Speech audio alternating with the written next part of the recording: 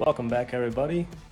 I have finally settled into Kentucky when I moved here about a month ago. I have all my tools back in my possession, and I've finally been working on the car again. So I have a better video than last time. Sorry about the last couple, but I have some bigger updates and things to talk about, so let's get into it. I finally got around to cutting the vent holes in the hood. The vent mesh that I got with the kit are actually different than the ones shown in the manual, so I was a little confused at first. But I found a good way to go about it, and I'm pretty happy with what I've done so far. So here are the cutouts of both the nostrils on the hood. I tried to minimize the thickness of the border around the cutout. I don't like it having a big flange. The instructions show some kind of cover piece that was not included with my kit. I think they updated that a few years ago, and this is the first time I had heard about it. So all they gave me was this mesh stamped part. So let's see if I can hold this up for you. All right. So it's gonna go on something like that. And there's no cover piece on the top to hide any of the cut edges. So I'll probably just try to paint the edge black a little bit, make it a little cleaner and nicer. I've already sanded it nice and flat and smooth.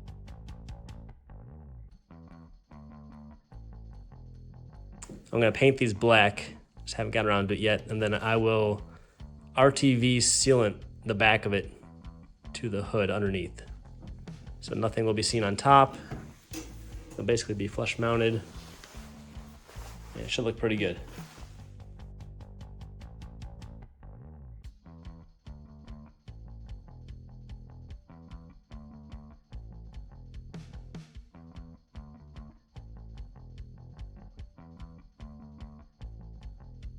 And I'm really excited to actually get a new steering wheel. I've been putting this off for a while because it wasn't really that high of a priority, but I finally bit the bullet and bought an Energy system. So it's a quick release. A couple contacts in the back to help keep the horn functioning. And the two paddles you see here, you pull them both to release it off the stem, or the base, the hub, whatever you want to call it. So normally it looks like this, and the wheel is smaller than the Subaru one. This is a 330 millimeter diameter wheel. It's roughly 1.5 inches smaller in diameter than the Subaru one, so it makes it easier to get in and out of the car. And now you can detach it to make it even easier. And it's great for working on the car. It makes it easier to get the seat in and out. This is a pretty slick little system. And it should be for the price of it. But basically, as you can imagine, you just slip it on, pops in place, and there you go. Got your steering wheel. So unfortunately, there's some extra design hurdles with this setup. I thought it was plug and play. I thought you just pop it on and the horn works, the blinker works, everything functions like a normal car, and that was not the case. So I will show you some extra steps I took to maintain the stock functionality. One being the blinker canceling after a turn. So you don't take a turn, straighten out the wheel, and then the blinker just keeps on going. You know, in a normal car, it turns itself off. That was not gonna happen until I made some modifications. And then the horn also was not plug and play. That took some extra effort to get that to work. So I'll walk you through that. And just one more note is that I did delete the cruise control stalk, which used to be down here. So I've opted out of that. Who knows, maybe I'll add it in later. But I'm pretty happy I was able to keep the Subaru cover piece here and make this look somewhat normal and not just have a whole bunch of wires and raw metal sticking out. So I found the horn wire, which was buried down in here. And you can see I soldered in and shrink wrapped a new extension. So you have this red wire, that's my horn wire coming up here. And then I had to make a metal piece that would conduct from that wire to the back of the hub, which has that gold side on it. That gold side is for conducting to these contacts, which then conduct to the steering wheel once you pop it on here and make the horn work. So I used an old metal clip to maintain contact on that gold hub.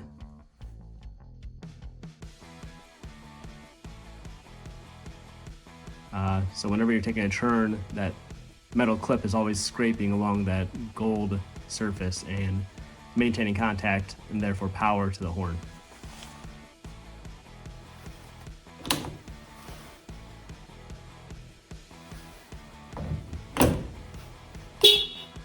When you turn your blinker on, that little nub sticks out in there.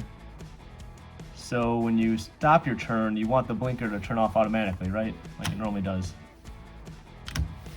So on the back of the Subaru system, you have this taller piece right here on the back.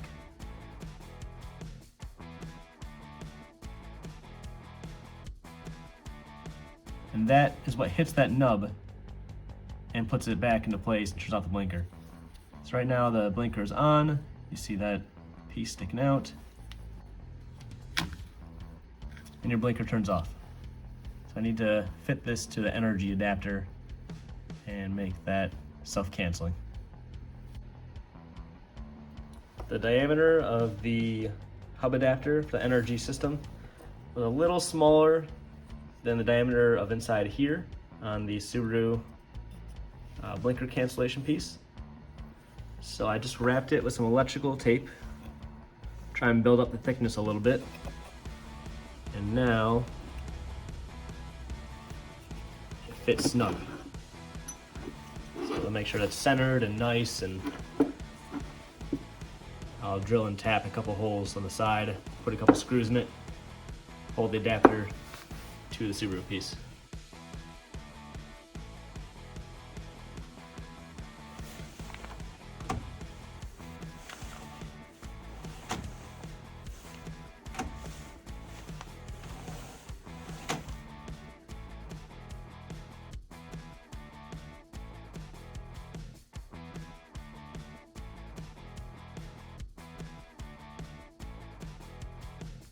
Started to hook up the headlights.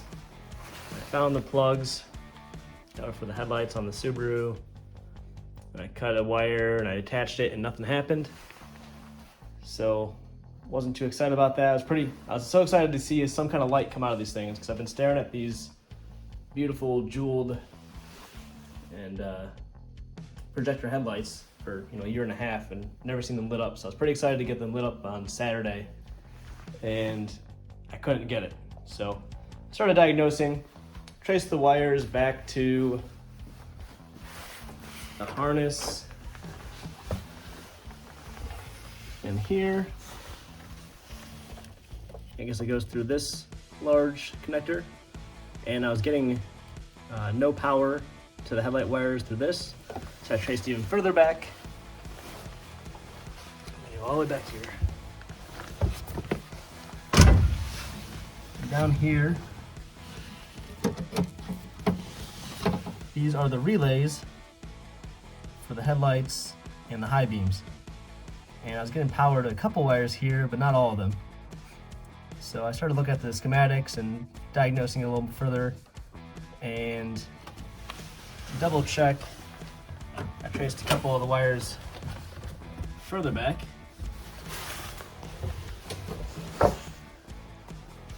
I got the cover back on, but there's another connector under here for the blinker, and that one had power, and there was power going to the relay, but no power for the headlights. So after looking at the schematics a little further, I figured out I don't really understand how relays work, and I had my thought process a little bit backwards. So the power wire, or so I thought, ended up being the ground. So after I figured out how that works a little better, I hooked up a couple wires, and that is how I finally got one headlight on. Low beams on.